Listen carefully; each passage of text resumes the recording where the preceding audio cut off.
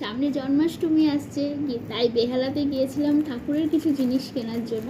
না, আমি ব্লগ করিনি, কারণ বাচ্চা নিয়ে একা একা গিয়েছিলাম, ক্যামেরা ধরার প্রবলেম ছিল বলে ব্লগ হয়নি। তাই এই ছোট্ট মিনি ব্লগটা তোমাদের জন্য। এই একটা ড্রেস কিনেছি, আর একটা কেনার ইচ্ছে ছিল, কিন্তু বাচ্চা নিয়ে না মানে হয় না, জানো তো, অত দেখে শুনে।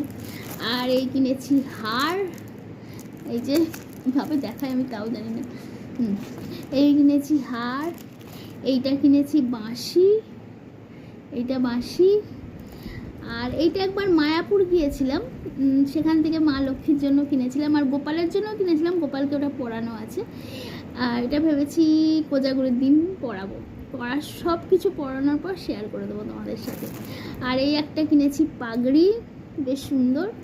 আর এই একটা মুকুট, কিন্তু চুল কিনতে ভুলে গেছি জানো, এটা পুজোর সময়তেই পরাতে হবে। আর এই দুটো বালা। তো চলো